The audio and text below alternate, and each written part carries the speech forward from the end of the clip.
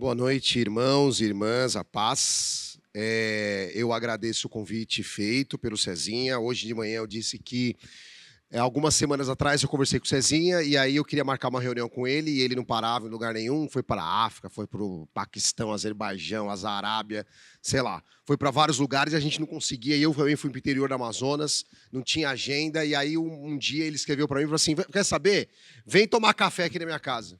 Eu achei que era uma piada. Falei assim, como assim? Não, a gente marca um final de semana, você vem aqui na igreja, a gente toma um café junto, você prega, e aqui estou eu. Muito obrigado, Cezinha, pelo convite.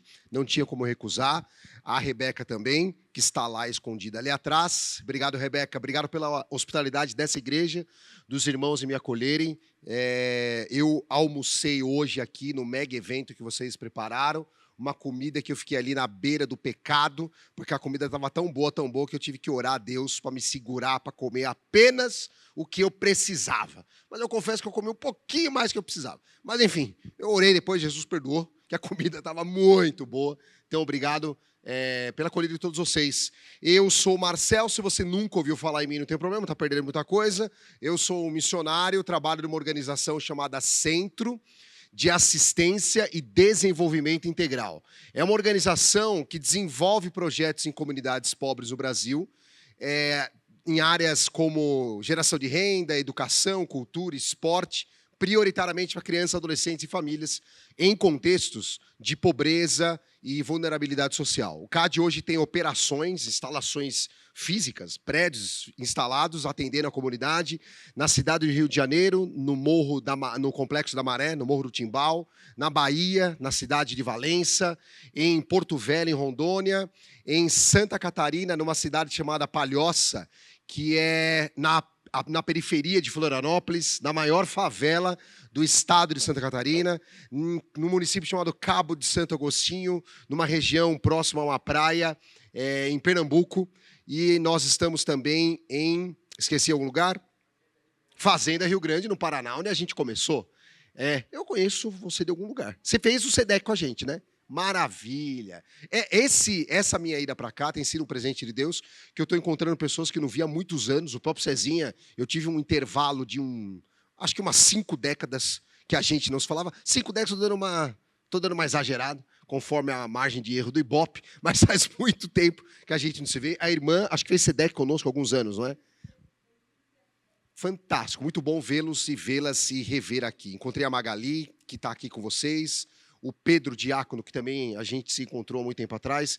Então, obrigado por vocês proporcionarem para mim um tempo de reencontro. Creio que também é um presente de Deus para a minha vida nessa jornada e caminhada.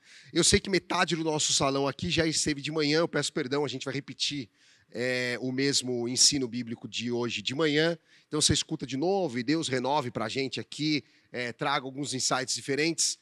Considerando que o público de hoje à noite é diferente do que aconteceu no culto da manhã. Mas nós estamos num encontro missionário e se existe um trecho do Evangelho que apresenta uma espécie de resumo, sinopse do ministério de Jesus, eu escolhi esse do trecho do livro de Mateus.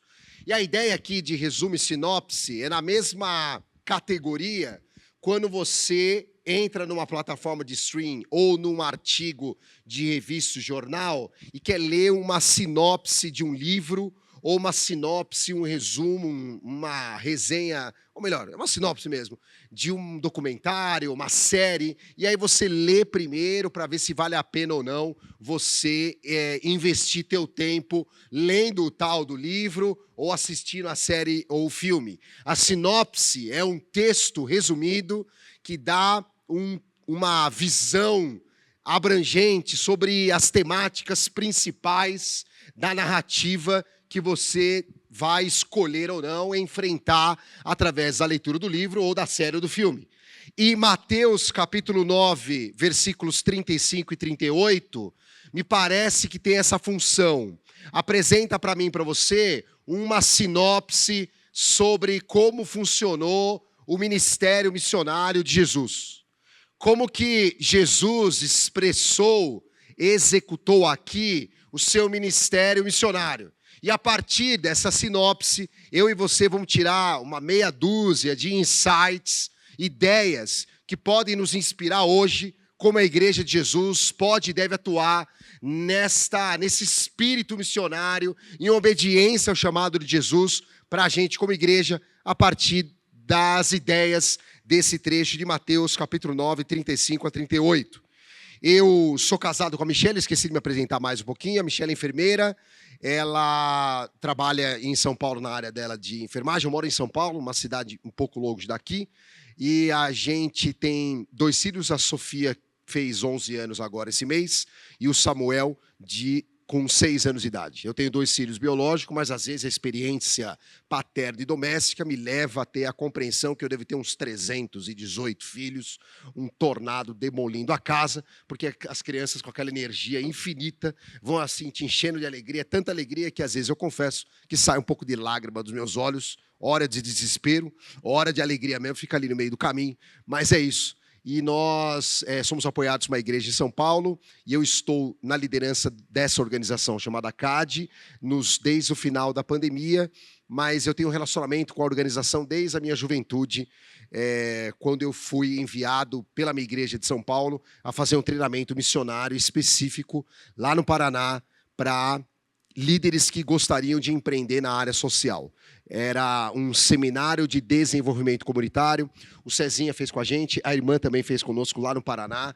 É uma formação que o CAD tem executado há bastante tempo, treinando missionários, obreiros e lideranças que querem servir suas igrejas em contextos de vulnerabilidade. Hoje, essa formação nossa está toda EAD, e a gente espalha pelo Brasil, capacitando, treinando lideranças evangélicas, cristãs e missionárias nessa toada da vocação do CAD.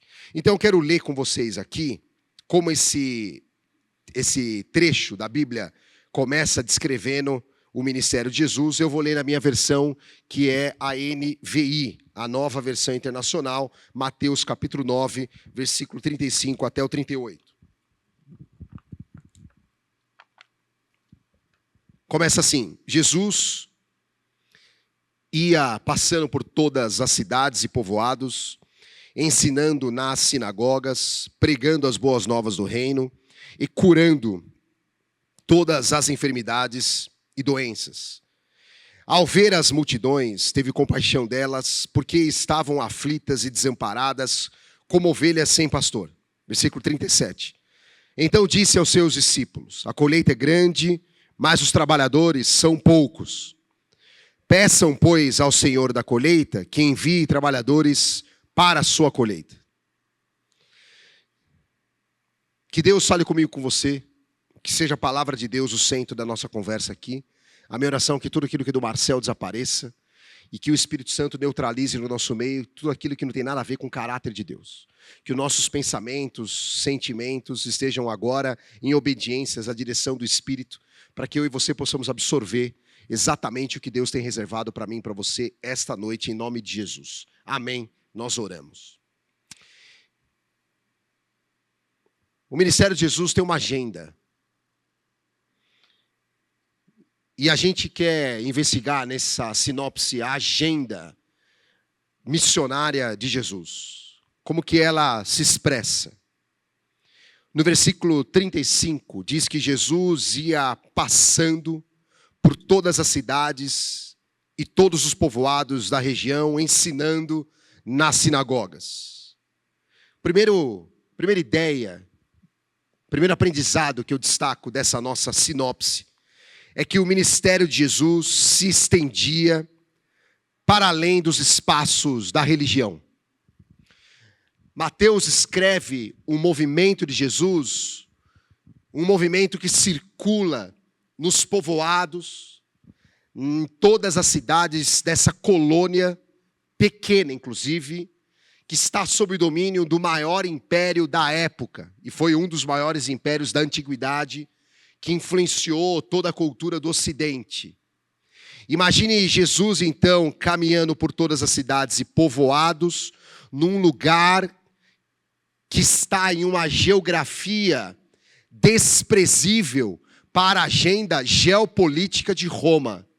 Mas ela é descrita com certo detalhe em outros trechos dos evangelhos, na agenda de Jesus. O ministério de Jesus tem uma agenda que extrapola os espaços corriqueiros e comuns e convencionais do sagrado. Era convencional, naquela época, que o ambiente do sagrado e da religião era operado, articulado na sinagoga. Só que não em Jesus. Porque Jesus é descrito como alguém que circula nas quebradas, em todas as cidades, também nas sinagogas, porque o seu ministério extravasa o espaço da religião. O ministério de Jesus não é um ministério restrito ao ambiente das quatro paredes da religião, não. Ele avança para além dos espaços ditos sagrados e religiosos. A agenda de Jesus, na realidade, ela é validada, ela é conferida, ela é aferida no chão da rua. No chão da vida real e concreta das pessoas que estavam sob o domínio esmagador de Roma. Ali no chão, o ministério de Jesus era validado. Não era uma trajetória missionária etérea, desconectada da vida real de trabalhadores, funcionários do império, escravos, mulheres, crianças. Não era uma mensagem, um ministério desconectado da vida comum das pessoas. Não. O ministério de Jesus tinha lastro, instrução e referência para o chão real das pessoas. A agenda missionária de Jesus tem sentido para a experiência das pessoas no domingo, também, é verdade. Mas não só no domingo. Na segunda, na terça, na quarta, na quinta, na sexta, no sábado e domingo. O ministério de Jesus é um ministério missionário, pé no chão. É um ministério que não é domesticável. Ele não se reduz a um vocabulário, a um arcabouço ritualístico que é operado de um jeito que só a galera que atua no gueto gospel evangélico entende. Não. O ministério de Jesus, missionário, não é uma agenda evangélica. Não. Eu gosto da imagem que aparece no livro, num dos livros da Crônicas de Nárnia, e aparece no filme, como eu lembrei hoje de manhã. Aparece a Lúcia, a irmã mais nova dos irmãos. E o nome dela também é curioso. A Lúcia, que é a menorzinha, é a mais lúcida dos irmãos. E ela olha, se eu não me engano, para o castor e vê o leão, Aslan, um tipo de Cristo na fantasia cristã do C.S. Lewis, andando na praia. E ela quer saber para onde ele vai. E o castor diz para ela assim: você não sabe que ele é selvagem? Ele não é um leão domesticável. A mensagem do evangelho de Jesus não é domesticável. Não se enquadra no nosso esquema gospel ou religioso. Não é um leão que vai ser domado no picadilho do circo da religião, onde um animador de auditório atiça o leão domesticado e diz assim: agora fica de pé, dá a patinha, vira para o lado, dá a cambalhota. Não. Este leão que se revela na palavra de Deus vai derrubar todos os nossos circos da fé. E não vai ficar um em pé. Não é domesticável. O ministério de Jesus passa pelos povoados e ruas, passa pelas sinagogas e se esparrama para além dos espaços da religião. Uma igreja que se articula na agenda missionária de Jesus não é uma igreja preocupada em domesticar o mover do Espírito Santo. Não é uma igreja preocupada em adestrar os crentes a articularem um vocabulário gospel. Não. É uma igreja preocupada a obedecer o movimento de Jesus, adentrando os espaços onde o evangelho tem interesse de entrar. Nas quebradas, nos buracos, das periferias e dos grandes centros. Aqui e onde Deus mandar vocês para entrarem.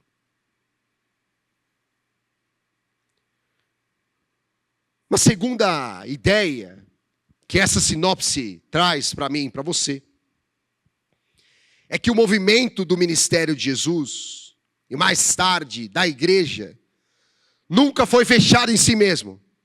O movimento de Jesus nunca foi de nicho. Nunca foi um movimento nichado, de gueto. O ministério de Jesus alcança todas as cidades da região e mais tarde a igreja alcançou todas as nações. Bom, essa igreja está bem habilitada em fazer isso, né? Vocês apresentaram agora uma agenda que literalmente toca as nações, não é verdade? Vocês estão mandando uma equipe, hoje de manhã vocês me falaram, uma equipe que vai para o Iraque, outra equipe, tem gente no Paquistão, o Cezinha voltou da África, vocês estão tocando as nações, literalmente. E por que essa igreja faz isso? Porque vocês sabem que o ministério e a agenda de Jesus não é um contexto de nicho. Não é um nicho. Vocês atendem e pregam o evangelho desde para os hippies, até para uma classe média alta, até para a subcultura do mercado financeiro, até para populações em vulnerabilidade. Aqui e onde Deus mandou vocês. Por quê? Porque assim é a natureza do ministério de Jesus. Não é um ministério nichado. É para o gordo, para o magro, para o branco, para o preto, para o indígena, ou para os povos originários, para o palestino, para o judeu, para o idoso, para o aposentado, para o funcionário público ou para o empreendedor liberal. A agenda missionária de Jesus não é de nicho. É para todas as nações. E aqui, falar na transculturalidade do evangelho, essa capacidade ou essa natureza que o evangelho tem de dialogar e apresentar a verdade do evangelho para todas as pessoas desse mundo, para todas as culturas, para a cultura hippie, para a cultura yuppie, para a cultura negra, para o palestino, para o judeu, para o sei lá mais o quê, não deveria ser algo muito assim inovador para a gente. Não deveria. Um culto como este, nós dizemos hoje de manhã, é um culto que você está acostumado. O que eu espero ao término dessa temporada, nesse breve domingo, de manhã e à tarde, é que você saia daqui mesmo com um certo sentido de tédio. Em que sentido? Que a mensagem transcultural do evangelho é óbvia. É óbvio que a gente vai para o Iraque. É óbvio.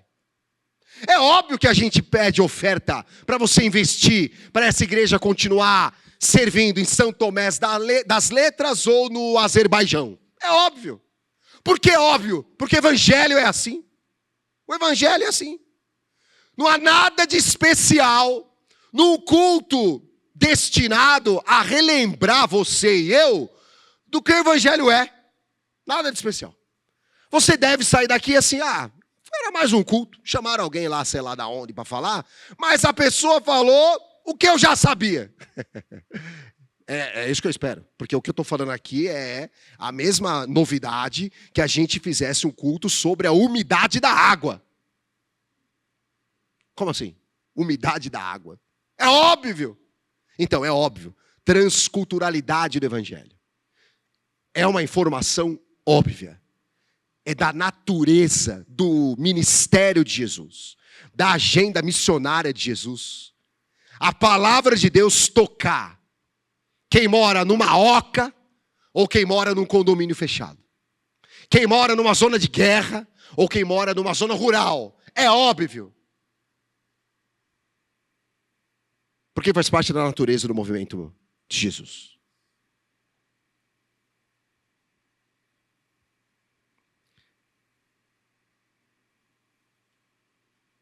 Ainda no versículo 35, diz que Jesus ia passando por todas as cidades e povoados, e ele ia ensinando nas sinagogas. E a pergunta que você e eu fazemos para a gente entrar no terceiro insight, que esse trecho dá para mim e para você é o que Jesus ensinava. A agenda missionária de Jesus tem um conteúdo. Ela não é vazia. Há um conteúdo prioritário e exclusivo da agenda de Jesus. E na nossa era dos produtores de conteúdo, na era dos nossos influenciadores da internet, na era da economia da atenção, onde os algoritmos são treinados para sequestrar a tua atenção na tela, com determinado tipo de conteúdo, na era da nossa preocupação em viralizar determinado tipo de vídeo ou conteúdo, o ministério de Jesus tem um lastro num conteúdo específico. Então a pergunta que a gente imediatamente faz é: qual é o conteúdo que a agenda missionária de Jesus articula nessa sinopse e em todo o evangelho? E o Mateus, ou Mateuzinho para os íntimos, descreve que Jesus ensinava pregando as boas novas. E aqui é um detalhe importante a gente observar de modo bastante interessante e necessário como que Mateus escreve esse conteúdo da agenda específica que Jesus tinha. Jesus ensinava as boas novas do reino. E essa expressão é poderosa para o contexto que nós estamos lendo aqui. Boas novas é uma expressão utilizada na época que nós traduzimos como evangelho. Evangelho é o tipo de notícia que era propagada, geralmente, após o êxito de uma campanha militar romana. Falar em evangelho como um conceito de uma notícia que chega a determinado território, ela tem um peso político. Evangelho se trata do informe atualizado a respeito do êxito da máquina de guerra romana em algum território colonizado. É o evangelho. E aí Jesus diz assim: eu tenho um outro evangelho. As boas novas, que são o lastro da agenda missionária de Jesus, é o evangelho do reino de Deus. E aqui tem, escandalosamente, tanto para a época como para agora, no século 21, um componente político, que é desconfortável, é escândalo para a época e talvez para hoje. Porque nenhum outro conteúdo orientava e definia a agenda missionária de Jesus. Não tinha nenhum outro conteúdo. O conteúdo era um só: as boas novas do reino. Só isso que Jesus entregava na sua produção de conteúdo. O algoritmo de Jesus era simples: é as boas novas do reino. E só isso, nada mais. Nenhum outro tipo de penduricalho. Então Jesus dizia que as suas boas novas não dizia respeito a um reino, já que as suas boas novas eram de outro reino. Não é de um reino que governa a partir de Roma, não. Não é uma mensagem de uma autoridade, de um governo a partir de Roma. Não é de Roma. Tem nada a ver com o reino de César. Mas ele continua: não é também uma mensagem que tem um lastro de um reino que comandaria o povo a partir de Jerusalém, como alguns judeus esperavam. O libertador. Não, Jesus está dizendo: a minha boa nova é de outro reino. E nesse sentido, a agenda missionária de Jesus era uma grande decepção. Uma decepção gigantesca para os conservadores da época, que tinham uma afinidade, talvez, com a ordem que viria de Roma.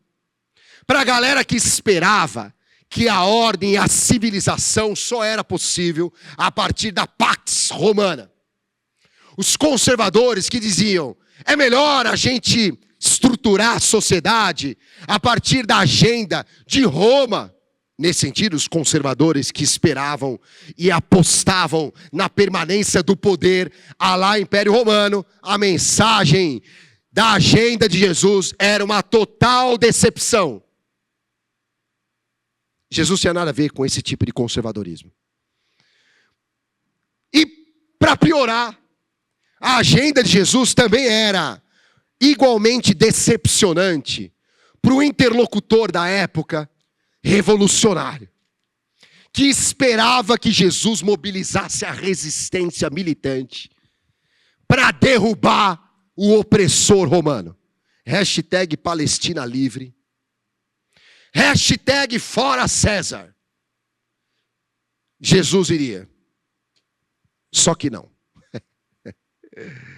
A minha agenda não é deste mundo. A mensagem do Evangelho,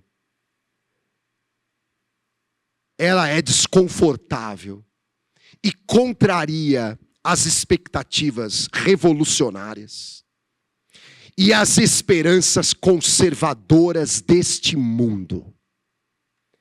A agenda missionária de Jesus e da sua igreja que o adora, ela é desconfortável e incômoda para qualquer doutrina econômica, social e política da época de Jesus e da nossa também. Se você está aqui nesse culto e nessa igreja, provavelmente você deve ser alguém que é diferentão. Porque a agenda missionária de Jesus, ela é estranha. Ela é estranha porque ela contraria aquele conservadorismo típico. E ela é igualmente estranha porque ela não se enquadra em certo progressismo. E aí, os discípulos de Jesus, que operam conforme a agenda missionária de Jesus, permanentemente se sentem como um grupo que é uma peça redonda que não se encaixa no buraco quadrado do sistema desse mundo. Ou do sistema gospel desse mundo. Sempre, eu e você, que nos movimentamos conforme a agenda de Jesus, vamos estar ali nesse desconforto. É desconfortável. Caminhar na agenda missionária de Jesus não é uma experiência tranquila e confortável. Não. Ela é estranha mesmo. É desconfortável. Se você se propõe a participar dessa comunidade, eu já te aviso de antemão. Aqui é um lugar de gente estranha. Aqui é um lugar que não está preocupado prioritariamente em acomodar você. Porque se uma igreja que adora esse Jesus, a última coisa que ela tem compromisso é com conforto meu e teu. Você acha mesmo que o Evangelho deseja que eu e você estejamos confortáveis com este mundo? Jamais. Jamais. Em certo sentido, todos nós teremos uma trajetória com Jesus, que é uma trajetória de crise permanente. E fique tranquilo, porque você é uma peça quadrada, que nunca vai se encaixar no jeito redondo da cultura gospel do nosso tempo. Nunca. É óbvio que você sempre vai estar com aquela sensação, tem alguma coisa estranha, mas tem mesmo. Tem mesmo. Quando você se propôs a caminhar com Jesus, tudo isso aqui é estranho.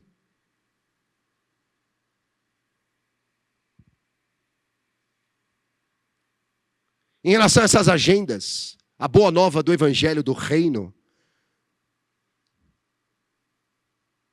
não tem nenhuma comparação possível com a boa nova do Evangelho do Reino, com que as sociedades têm construído em torno de teorias econômicas, políticas, sociais. Não há comparação. É comparar um diamante lapidado de 2 quilos, se existe diamante lapidado de 2 quilos, com uma poeira que você varreu aqui no chão, da rua da tua casa. Nem aqui da igreja, que aqui é um espaço, né, dos crentes e tal. A poeira daqui pode ser mais santa que a poeira da rua ali da casa. Pois bem, não tem como comparar. E uma igreja que adere a essa agenda missionária sabe disso. Se articula assim.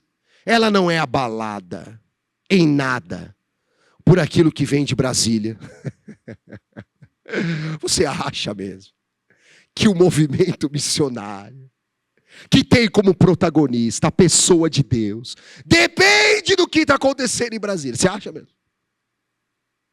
Você acha mesmo que o programa missionário que vocês participam aqui nessa comunidade local depende do que o Xi Jinping vai tomar o chá com Vladimir Putin? Você acha que depende? É como se Jesus falasse com vocês aqui: fala com a minha mão. Sabe, na minha época a gente fala assim: fala com a minha mão. Ah, o Xi Jinping, fala com a minha mão. A gente está indo para o Iraque. Ah, mas o Vladimir Putin, fala com a minha mão. Nós estamos indo lá para... Ah, mas o Donald botou o tarifaço. Vocês falam: fala com a nossa mão aqui, ó. Porque nós estamos em São Tomé das Letras, com a taxa Selic a 10, a 20, a 50, com o dólar a 10, a 7 ou a -1. A agenda missionária que nós perseguimos é a agenda do evangelho do reino de Deus. Ela não é definida pela taxa Selic, pelo Donald, pelo Xi Jinping, ou pelo tio Vlad, para os íntimos, né? Ela é definida pela nossa obediência ao movimento de Jesus. O quarto insight, ainda no versículo 35, fala que Jesus pregava as boas novas do reino. E o que acontecia ao ele pregar as boas novas do reino, na última parte do versículo 35? Ele pregando as boas novas do reino e curando todas as enfermidades e doenças. A quarta ideia aqui é que a agenda missionária de Jesus tem um desdobramento prático. A agenda missionária de Jesus, ela não se apresenta como um discurso bonito apenas, ou um discurso inflamado, legal de se escutar. Ela não se apresenta como um bom podcast. Sabe podcast? Que é da nossa época. Eu sou um homem velho já, na minha época não tinha podcast. A gente gravava nos negócios. Alguns de vocês nem sabem o que é isso. É uns trecos de plástico. Tinha um treco dentro que virava assim, ó. Era um treco magnético. A gente chamava, na minha época, que sou um homem velho, de fita cassete. Anota, não existe mais. A agenda missionária de Jesus não se sustenta apenas com discurso. Ela tem um desdobramento prático. Ela alcança os doentes, os estigmatizados, os marginalizados da sociedade e da cultura da época. Ela toca a vida do pobre, do racista, do supremacista. Ela confronta concretamente o status quo, a situação real da vida das pessoas. Nessa agenda missionária de Jesus, a ortodoxia, que é o ensino correto, caminha ao lado da ortopraxia, o que é certo, que deve ser feito. É a prática não desligada do ensino certo. Não tem uma dissociação esquizofrênica entre o que eu falo e o que eu faço. A agenda de Jesus é íntegra nesse sentido. O zelo pela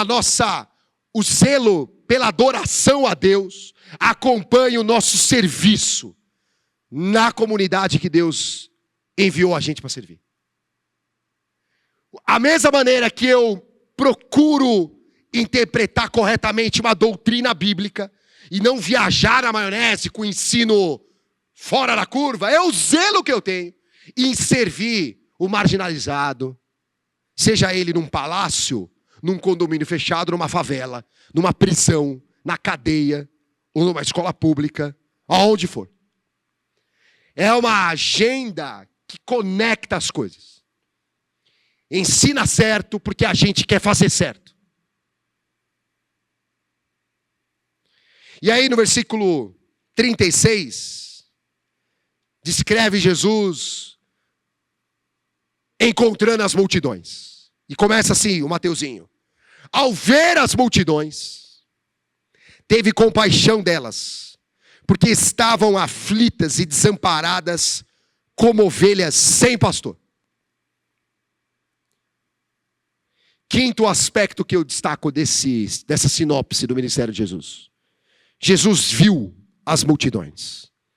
Jesus não era cego. Jesus não é cego, insensível à realidade das multidões. Ele vê, identifica, classifica. Ele consegue nomear o estado. Ele tem um diagnóstico para a realidade das multidões. Uma linguagem mais técnica, é como se ele tivesse capacidade de realizar uma análise de conjuntura e chega à conclusão que as multidões estão à deriva, abandonadas. Ele chega à conclusão de que mesmo toda a parafernália civilizatória de Roma e mesmo toda a parafernália discursiva dos militantes dos hebreus que ansiavam pelo domínio, a retomada do domínio político dos hebreus, mesmo tudo isso não deu sentido às multidões. Elas continuavam desamparadas, como ovelhas sem pastor. Interessante isso, né? Não há nenhuma mensagem, doutrina humana capaz de acolher e fornecer sentido às multidões que não seja fora do Evangelho de Jesus. Se não for a boa nova do reino, as multidões continuarão perdidas, desamparadas, como ovelhas sem pastor. Jesus não é cego, ele está atento a respeito da aflição das multidões. E o que o encontro de Jesus com as multidões provoca nele. Não provoca dó, não. Não provoca ojeriza, tipo assim, meu Deus, deixa essas multidões para lá, porque a gente tem alergia a essas multidões. O movimento de Jesus não é um movimento elitista, não. Sectário, multidão para lá e nós para cá, não. Não é um movimento que se articula simbolicamente entre nós e eles. Eles estão perdidos porque não são iguais a nós. Não, Jesus não fala assim. Jesus se move com compaixão. Não há nada na agenda missionária de Jesus que se preocupa em separar nós e eles. Quando Jesus é interpelado pelas multidões, a multidão passa a ser nós. O problema delas é o nosso problema. A aflição da multidão é nossa aflição. Por isso que Jesus reage com compaixão. É a única reação possível que Jesus tem quando ele é interpelado por uma multidão aflita. Ele reage com compaixão. A igreja que tem afinidade com a missão, ela é sensível aos dilemas das multidões. A igreja que está alinhada com a agenda missionária de Jesus, ela é uma igreja que sente como Jesus sente diante da aflição das multidões. Não dá para dizer que está engajado nesta agenda se a gente não reage, não sente como Jesus sente diante da aflição das multidões. Não tem como. E aí eu separei aqui algumas das nossas aflições modernas. Tudo que eu vou dizer aqui para você, selecionei alguns dados. Não é nada secreto, você consegue pegar, consultar em meia horinha de consulta nos sites oficiais do teu estado, você descobre tudo isso. Eu vou adiantar aqui para você de um spoiler. Em 2023, como parte de uma das nossas aflições modernas, a gente tinha mais de 2 milhões de pessoas em situação de extrema pobreza no estado de Minas Gerais. Eu fiz um recorte priorizando o nosso estado, porque é aqui debaixo do nosso nariz, não é? Nem vou falar do Sudão, do Azerbaijão, do Paquistão, que vocês estão. Vamos pensar nas aflições aqui do nosso lado. 2 milhões de mineiros e mineiras estão na extrema pobreza em 2023. Segundo o governo, é 8% da população do estado de Minas Gerais. 8% da população do nosso estado está na extrema pobreza. Segundo o Fórum Brasileiro de Segurança Pública, Minas Gerais é o terceiro estado que mais mata mulheres por feminicídio. É aquela morte em que a gente mata você, mulher, pelo fato de você ser mulher. Então não é assalto, não é assalto. Não é roubo seguido de morte. Não. É a gente matando a mulher porque ela é mulher. É isso. É a classificação de feminicídio. É o terceiro. Em 2024, a Secretaria de vocês, de Justiça e Segurança Pública, reportou mais de 48 mil denúncias de violência doméstica. Mais de 48 mil denúncias de violência doméstica. São as aflições modernas que estão aqui passando na nossa porta. E em Belo Horizonte, a nossa capital, a gente teve um aumento de 18% entre 2023 e 2024 de notificações de abuso físico e sexual contra criança e adolescente. 18% de aumento nesses 2 anos. 2023 até 2024. Me perguntaram há um tempo atrás o que eu pensava da pena de morte. E aí eu lembro que na época eu respondi, eu acho que a gente não precisa da pena de morte. Porque as mortes violentas, intencionais, por exemplo, no estado de Minas Gerais, aqui, no ano passado, vocês mataram 3.214 pessoas de morte violenta e intencional. Não é acidente de trânsito, se eu não me engano, não é suicídio, não é morte por doença, é morte violenta e intencional, assassinato e etc. Mais de 3 mil pessoas. E no Brasil, no ano passado, a gente matou mais de 38 mil. E na época eu falava para a pessoa, não tá bom já? Tá bom. Para quê? Eu já matei 38 mil só o ano passado. Não tá bom? Se você coloca acidente de trânsito, acho que você passa... Era uma guerra do Vietnã por ano, alguns anos atrás. Não tá bom já? De gente morta? Não precisa mais. Não precisa mais que o Estado gaste dinheiro em matando gente. Tá bom já.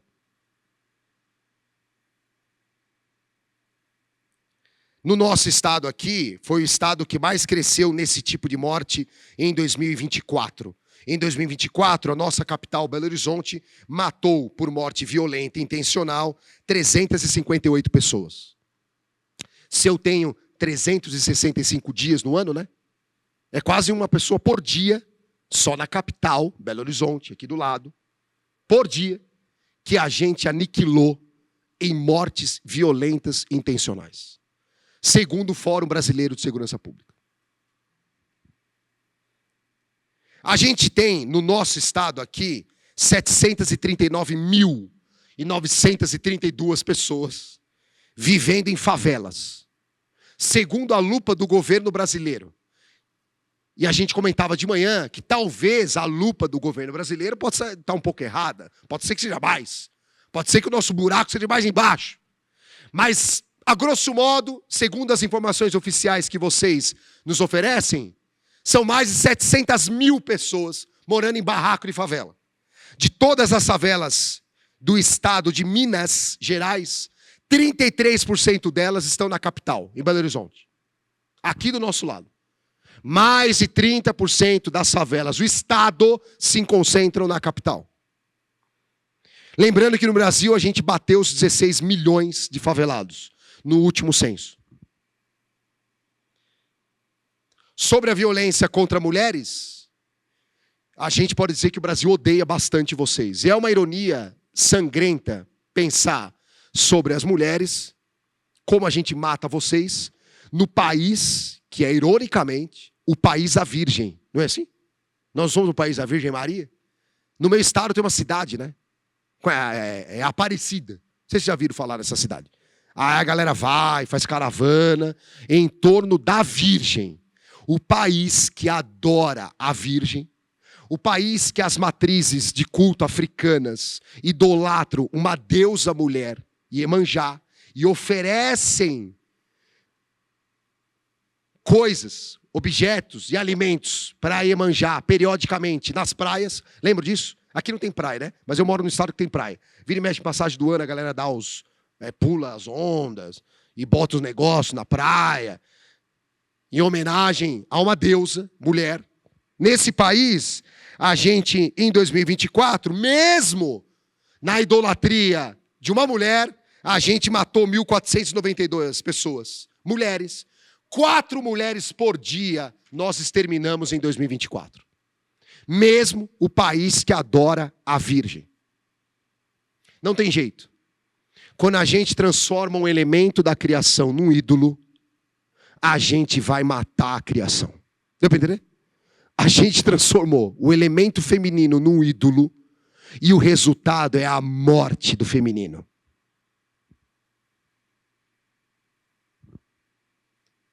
A gente, em 2021 e 2023, no Brasil inteiro, matamos 15.101 crianças e adolescentes em morte violenta intencional.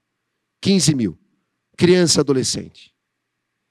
É uma média, na época, nesse período de tempo, de 2021 a 2023, de 13 crianças e adolescentes por dia em 2023. Por dia. A faixa etária que a gente mais gosta de matar é adolescente de 15 a 19 anos. Numa pesquisa feita alguns anos atrás pelo Instituto Latino-Americano de Violência Letal contra Criança e Adolescente, tinha uma comparação.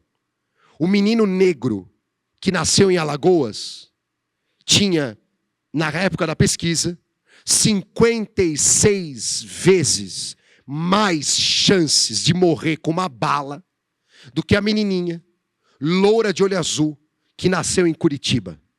Se eu fosse negro e estivesse no estado de Alagoas, no dia do aniversário do meu filho, se eu tivesse um filho homem de 12 anos, o presente mais sensato para ele seria um capacete balístico e um colete à prova de balas. Porque eu diria, filhinho, corre!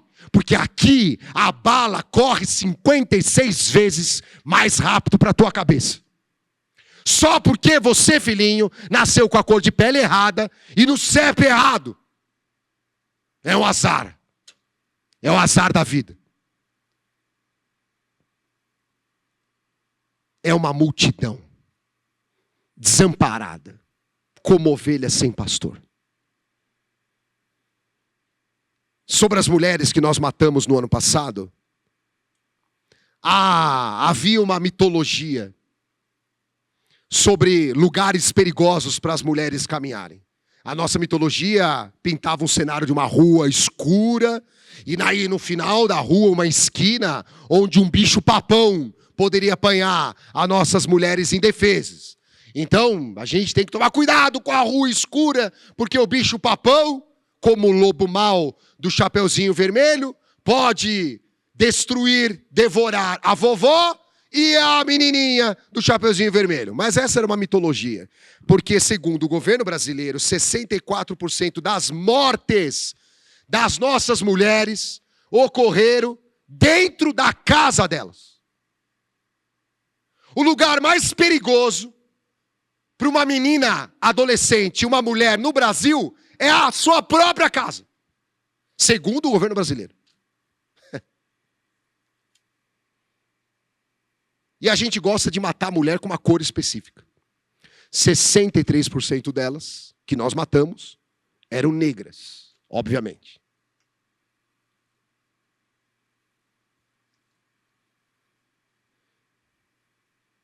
Ainda na violência sexual, uma aflição que a gente tem,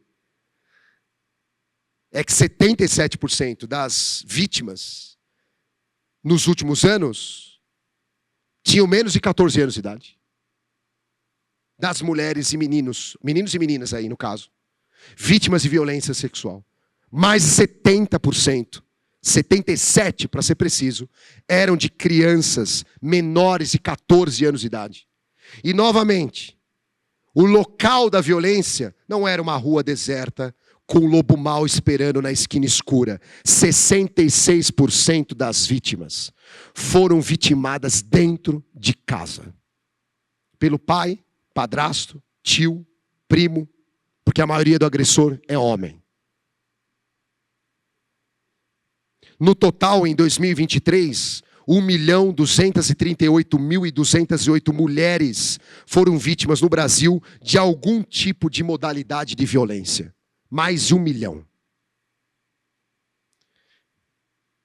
Se esse tipo de dado não te afeta em nada,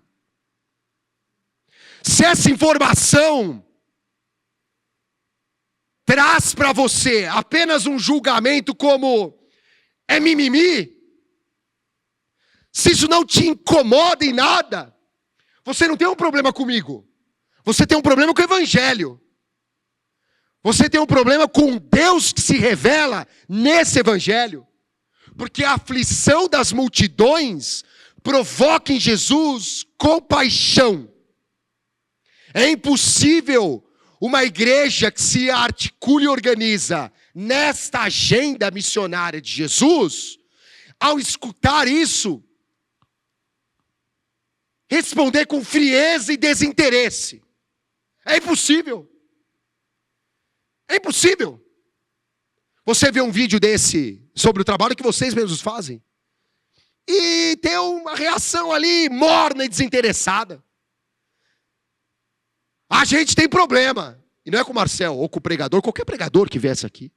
É um problema com a pessoa de Deus.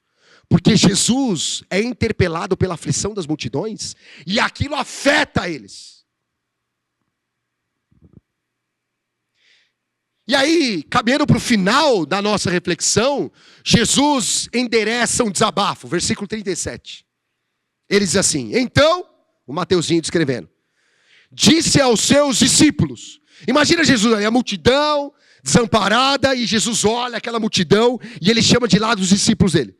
Então disse aos seus discípulos: a colheita é grande, mas os trabalhadores são poucos.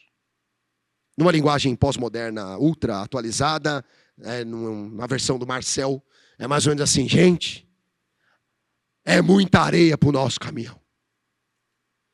Gente, o trem está azedado. Eu não sei se existe essa expressão aqui. O trem está azedado. Enfim, inventei agora. O trem está azedado. É Jesus desabafando. É um desabafo de Jesus. A colheita, vocês estão vendo aí, né? Discípulos. A colheita é grande, os trabalhadores são poucos. É um desabafo missionário. Jesus reconhece que tem um descasamento, uma não correlação entre os trabalhadores disponíveis e a colheita, que é grande. Duas coisas que eu percebo nessa frase. Primeira delas, que todas as vezes que uma igreja se movimenta conforme a agenda missionária de Jesus, a gente vai ter a impressão da nossa incapacidade diante da demanda. É muita coisa para fazer. De tédio, a gente não morre.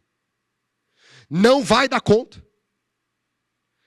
A gente sempre vai estar diante de um cenário que vai faltar gente. Falta dinheiro, falta gente. E não é essa perspectiva da falta que nos impede de obedecer. Porque sempre teremos essa percepção de que falta braço. A agenda missionária, ela radicaliza a percepção do nosso limite. Jesus mesmo falou, é muito problema, é muito BO para pouca delegacia. É mesmo. Você acha mesmo que essa igreja vai dar conta de todo o desafio missionário da comunidade hippie no Brasil? Você acha? Vai lá para São Tomé das Letras. Você acha mesmo que vamos dar conta de todo o desafio das regiões do continente africano que a gente vai? Que vocês vão? Não. E a gente vai mesmo assim. Porque a agenda missionária não se trata de uma planilha que fechou a conta. Se trata de uma obediência ao Senhor da missão. Porque é Ele que é o protagonista.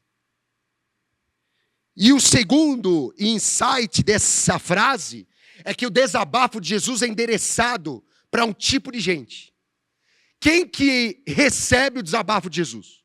Não é todo mundo. São os discípulos. Ele chama os discípulos e desabafa. Só quem é discípulo de Jesus é que pode acolher o sentimento de Jesus sobre o estado da arte, a situação da missão naquele momento. O assunto da missão é confidenciado por Jesus para aqueles que ele considera discípulo. Uma igreja missionária é uma igreja menos evangélica e mais formadoras de discípulos de Jesus. É uma igreja que produz discípulos, porque são para os discípulos que os segredos da missão são depositados e revelados pelo próprio Jesus.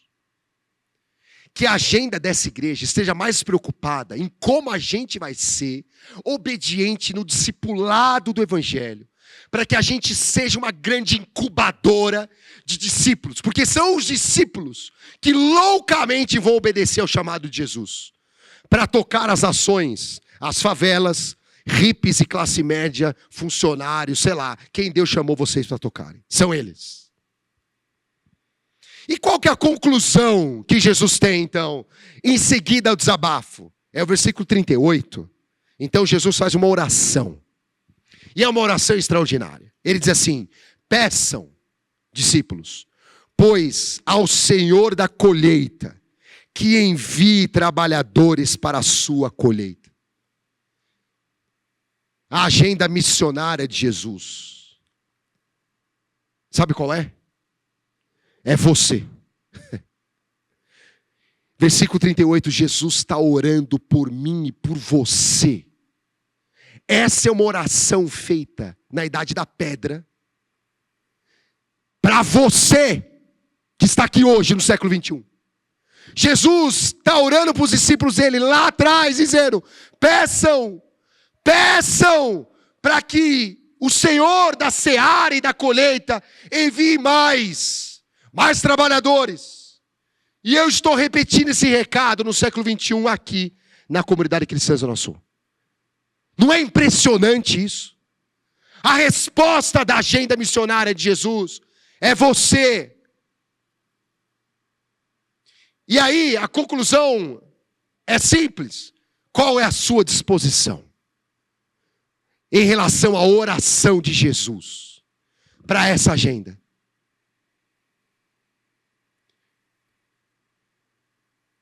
Eu oro para que você tenha uma resposta só. Que é assim: Jesus, numa linguagem paulistana da periferia, você falar assim: Jesus, é nós. É nós. Ou numa linguagem mais crente: Jesus, eis-me aqui. Você prefere qual? Ele vai entender as duas. É nós ou eis-me aqui.